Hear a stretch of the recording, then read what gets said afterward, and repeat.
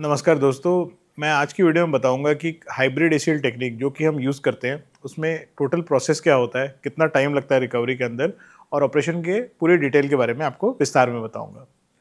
दोस्तों, अगर आप हमारी वीडियोस देखते हैं तो आप देखते हैं कि एसीएल एक लिगामेंट होती है हमारे घुटने के अंदर जो कि हमारी घुटने की ऊपर और नीचे वाली हड्डी को कनेक्ट करती है। कई बार फुटबॉल खेलते समय, बाइक से गिरने के बाद, दौड़ते समय अगर पैर में लचक आ जाए तो ये लिगामेंट टूट जाती है और ये मोस्ट कॉमन लिगामेंटस इंजरी होती है। दोस्तों, जब भी एसीएल इंजरी होती है तो यंग लोगों में होती है तो कई बार कन्फ्यूजन होता है कि कौन सी टेक्निक से कराना चाहिए, कहाँ कराना चाहिए ऑपरेशन। तो अगर इस वीडियो को आप ध्यान से देखें तो मैं आपको समझाता हूँ आराम से। दोस्तों, अगर आपको ग्रेड 1 इंजरी है या लो पार्शियल ग्रेड इंजरी है तो शायद इसके ऑपरेशन की दरकार ना भी पड़े, फिजियोथेरेपी से ये ठीक हो जाएगा। अगर आपको हायर ग्रेड इंजरी है या ग्रेड 3 इंजरी है जहाँ कंप्लीट टेयर है तो इसकी ऑपरेशन की दरकार पड़ती है। इस ऑपरेशन में कभी घबराना इसलिए नहीं होता क्योंकि ये बहुत ही माइनर ऑपरेशन होता है। इस ऑपरेशन को हम लोग कैमरा द्वारा या कि आर्थ्रोस्कोप द्वारा करते हैं। तो बिकॉज ये ऑपरेशन कैमरा द्वारा होता है तो इसके अंदर ज़्यादा चीर फाड़ की जरूरत नहीं पड़ती, घाव छोटे छोटे होते हैं, टांके जल्दी सूख जाते हैं।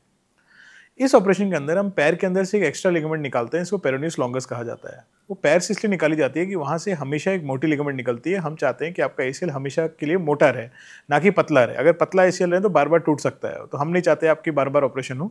एक ही बार ऑपरेशन करेंगे, अच्छे से करेंगे और लाइफ लॉन्ग करेंगे, ठीक है। तो जब पेरोनियस लॉन्गस हम ग्राफ्ट लेते हैं उसको घुमा के हम एक मोटा 8 या 9 mm या 10 mm का ग्राफ्ट बना देते हैं। अब ये ग्राफ्ट इतना मोटा हो जाता है कि फर्दर आपकी जो चोटें हैं, फर्दर आपकी जो लाइफस्टाइल है उसको ये जिंदगी भर के लिए झेल पाए। अब एक बार ग्राफ्ट रेडी हो गया, उसके बाद हम घुटने के अंदर कैमरा डाल के ग्राफ्ट को घुटने के अंदर लगा देते हैं। इसके लिए अगेन माइक्रो होल्स करने पड़ते हैं और जो टेक्निक मैं यूज़ करता हूँ मोस्ट कॉमनली उससे कहते हैं हाइब्रिड एसीएल टेक्निक। अब हाइब्रिड एसीएल टेक्निक का मतलब क्या है? इसका मतलब है नीचे की तरफ यानी टिबियल साइड में हम एक स्क्रू लगाते हैं जिसे बायो स्क्रू कहा जाता है। बायो स्क्रू का मतलब ऐसा होता है, ये स्क्रू एक्सरे में नहीं दिखेगा आपको, ये स्क्रू आप बॉडी के अंदर हमेशा मिल जाता है, ये आपकी हड्डी के साथ हड्डी बन जाता है। अगर ऑपरेशन के 5-6 साल बाद आप देखेंगे तो वहाँ पे नई हड्डी बन गई होगी, वहाँ और कुछ नहीं होगा। और ऊपर की साइड में एक लूप लगाते हैं, इसे अल्ट्रा लूप या अल्ट्रा बटन कहते हैं, जिसको अच्छे से हम टाइट कर सकते हैं। इसको टेंशनल लूप भी कहा जाता है क्योंकि इसके अंदर हमारे ऊपर होता है कि हम एसीएल को कितना टाइट करेंगे। बहुत बार जब कन्वेंशनल मेथड या पुराने मेथड से एसीएल हुआ तो लोगों का एसीएल ऑपरेशन के बाद भी ढीला रहता है, पर हम ऐसा श्योर करते हैं कि आपका एसीएल ढीला ना हो, ऑपरेशन के बाद बिल्कुल टाइट रहे।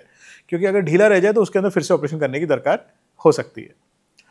जो नेक्स्ट टेक्निक वो यूज़ होती है वो होती है इंटरनल ब्रेसिंग फाइबर टेप की। ना ये टेक्निक हम लोग कभी यूज़ करते हैं, कभी नहीं करते हैं। हम यूज़ करते हैं जब हमारा एसीएल ग्राफ्ट हमको लगे कि एक्सेसिव वेट है इंसान का, या ग्राफ्ट थोड़ा पतले साइड में है और उसको सप्लीमेंटेशन या कि और ज़्यादा स्ट्रेंथ देने की ज़रूरत है। इसका ये फायदा होता है कि पतले ग्राफ्ट को एक सीट बेल्ट की तरह पकड़ लेता है और उसके बाद ये ग्राफ्ट को टूटने को नहीं देता है। दोस्तों, जो भी हम टेक्निक मैंने आपको बताई, ये सारा ऑपरेशन करने में हमें 10 मिनट से 15 मिनट लगते हैं, ठीक है। तो बिकॉज ये बहुत छोटा सा ऑपरेशन होता है, हम एक्सपेक्ट करते हैं कि लो डोज एनेस्थीसिया के अंदर ऑपरेशन खत्म हो जाए और पेशेंट उसी दिन शाम को खाना वाना खाना स्टार्ट कर सकता है। अगर पेशेंट चाहे तो उसी दिन शाम को खड़े भी हो सकता है। जिस दिन ऑपरेशन होता है उसके अगले दिन से आप खड़े होकर चलना स्टार्ट जरूर कर देते हैं।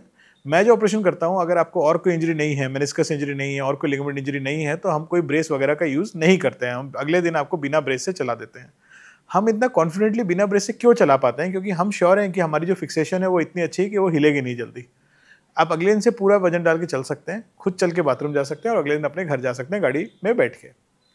एक बार मैं ऑपरेशन के बाद 15 दिन और बाद पेशेंट को देखता हूँ, उस समय उनके टाँके निकाल देता हूँ, जो 2-3 टाँके लगे होते हैं, और जो स्टिच लाइन है उसको देख लेता हूँ और उसके बाद आपकी फिजियोथेरेपी असेस कर लेता हूँ कैसे चल रही है।